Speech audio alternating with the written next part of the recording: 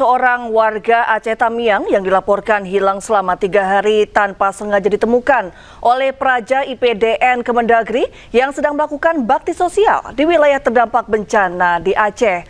Korban ditemukan dalam kondisi lemas dan tubuhnya penuh dengan lumpur.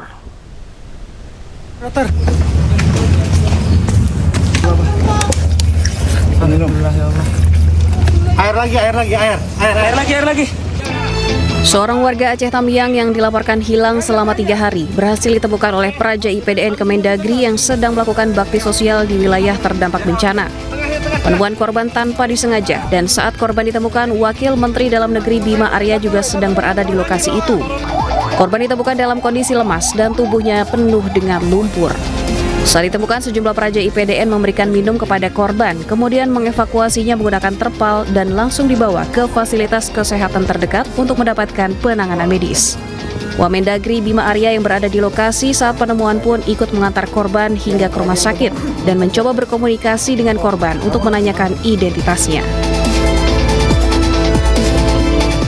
Yang memasuki hari pertama sekolah, anak-anak korban banjir bandang di Kabupaten Tapanuli Selatan, Sumatera Utara mengikuti proses belajar mengajar di tenda darurat. Raut keceriaan pun terpancar dari wajah para pelajar.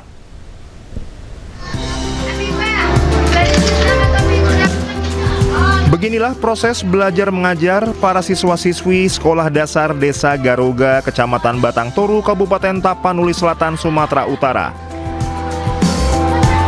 Mereka terpaksa belajar di tenda darurat yang berada di Desa Batu Hula lantaran sekolah mereka porak-poranda usai diterjang banjir bandang pada 25 November 2025. Meski mengalami serba kekurangan, raut keceriaan terpancar dari para generasi bangsa ini.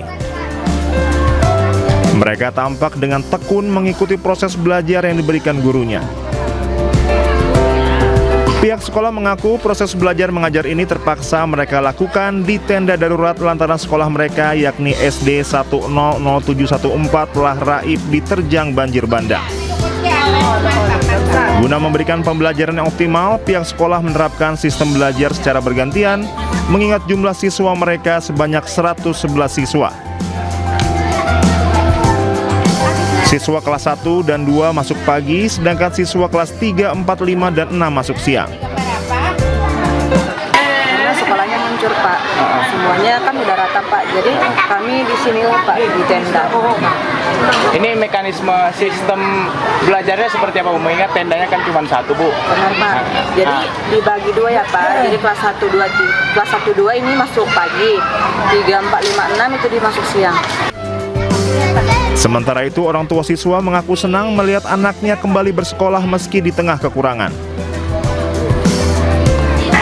Ya, perasaannya kayak mana lah ya, namanya yang menjadi korban sekolah kayak gini aja pun perasaannya udah senang lah kayak gitu kan. Makanya karena kita pun merasa pendatang di sini, makanya anak-anak pertama di sekolah ini masih kita temani supaya kita terbiasa nantinya. Para orang tua berharap pemerintah segera membangun sekolah yang telah hancur akibat banjir bandang beberapa waktu lalu. Dari Tapanuli Selatan, Sumatera Utara, Indra Mulia Siagian, iNews melaporkan. Ya pemirsa, hari ini murid-murid di sejumlah wilayah terdampak bencana mulai bersekolah. Kegiatan belajar mengajar diawali dengan berolahraga. Menteri Pendidikan Dasar dan Menengah Abdul Muti memimpin upacara bendera di hari pertama sekolah di daerah terdampak bencana di Pulau Sumatera. Mendikbud memimpin upacara di Kabupaten Aceh Tamiang, Aceh. Selain upacara, kegiatan belajar mengajar diawali dengan olahraga bersama untuk menjaga kesehatan murid dan guru. Kegiatan belajar mengajar dilakukan terbatas dan hanya di sekolah-sekolah yang sudah diperbaiki, salah satunya SMA 4 Kejuruan Aceh Tamiang. Kami salut kepada Bapak Ibu Guru yang menunjukkan dedikasi yang luar biasa dan semangat itu mudah-mudahan terus dijaga agar kegiatan pembelajaran dapat berjalan dengan sebaik-baiknya. Tadi sempat saya masuk ke kelas juga, Bu Guru sudah mulai memberikan pelajaran dan melakukan ya dialog dengan murid-murid untuk mereka bisa semangat, bagian dari layanan psikososial. Ya, hari pertama sekolah siswa-siswi SD SMA maksud kami SMA Negeri 12 Padang yang sebelumnya terdampak banjir bandang susulan mulai mengikuti kegiatan belajar mengajar di sekolah. Sementara siswa SMP Negeri 2 Pidijaya Aceh terpaksa harus kembali pulang karena tidak ada guru yang datang dan gedung sekolah yang masih tertimbun lumpur. Pada semua pihak terkunci menghadapi berbagai Sebanyak 1.168 siswa-siswi di SMA Negeri 12 Padang dengan hikmat mengikuti upacara bendera di hari pertama masuk sekolah. Meskipun sisa lumpur masih terdapat di sekolah mereka, namun para siswa dan guru tetap semangat mengikuti kegiatan di hari pertama. Sekolah ini merupakan salah satu sekolah terdampak bencana banjir bandang 25 November lalu dan kembali diterjang banjir susulan pada Jumat lalu. Jujur dari dalam lubuk hati sangat sedih dengan keadaan sekolah seperti ini. Kami sebagai murid tentu hanya menerima, mungkin ini cobaan dari Allah untuk kami. Jadi kami menerima lapang hati dan lapang dada.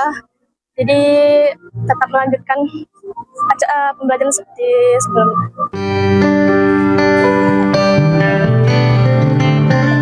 Sementara di Pidijaya Aceh, siswa SMP Negeri 2 Pidijaya yang juga korban banjir bandang dan tanah longsor terpaksa harus kembali pulang. Meski di depan gedung sekolah sudah tersedia tenda darurat, namun hingga menjelang siang tidak ada satupun pihak sekolah yang hadir.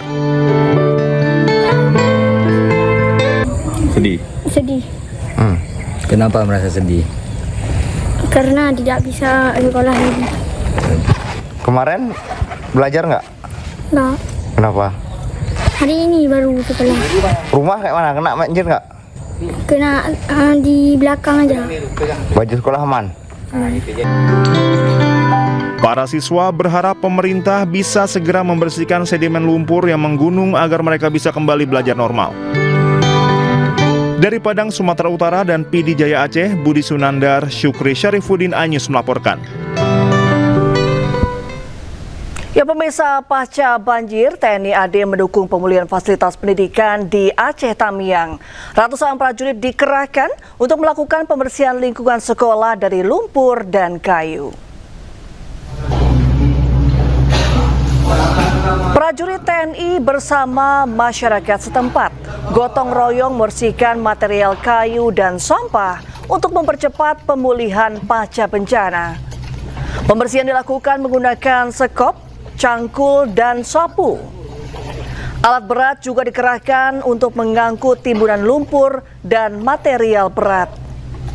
Warga sekitar menyampaikan apresiasi dan berharap siswa dapat segera kembali belajar dengan aman dan nyaman.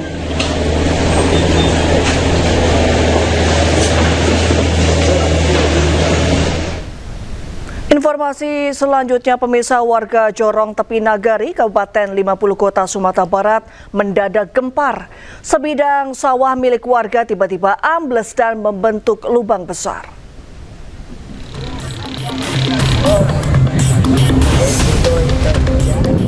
Tanah sawah yang semula padat mendadak ambles dan membentuk lubang besar. Peristiwa ini terjadi saat kondisi cuaca cerah dan tidak terjadi hujan. Hasil pengukuran sementara, lubang ini memiliki kedalaman hingga 5,7 meter dengan diameter sekitar 7 meter. Saat ini pergerakan tanah masih terus terjadi dan hal ini telah diantisipasi dengan memasang polis line di sekitar lokasi. Dari pengamatan ini bisa jadi bertambah lebar karena retakannya semakin banyak dan juga semakin melebar. Hingga saat ini penyebab pasti terjadinya peristiwa tersebut masih dalam penyelidikan oleh pihak terkait. Dari Kabupaten 50 Kota Sumatera Barat, Agung Sulistyo, iNews melaporkan.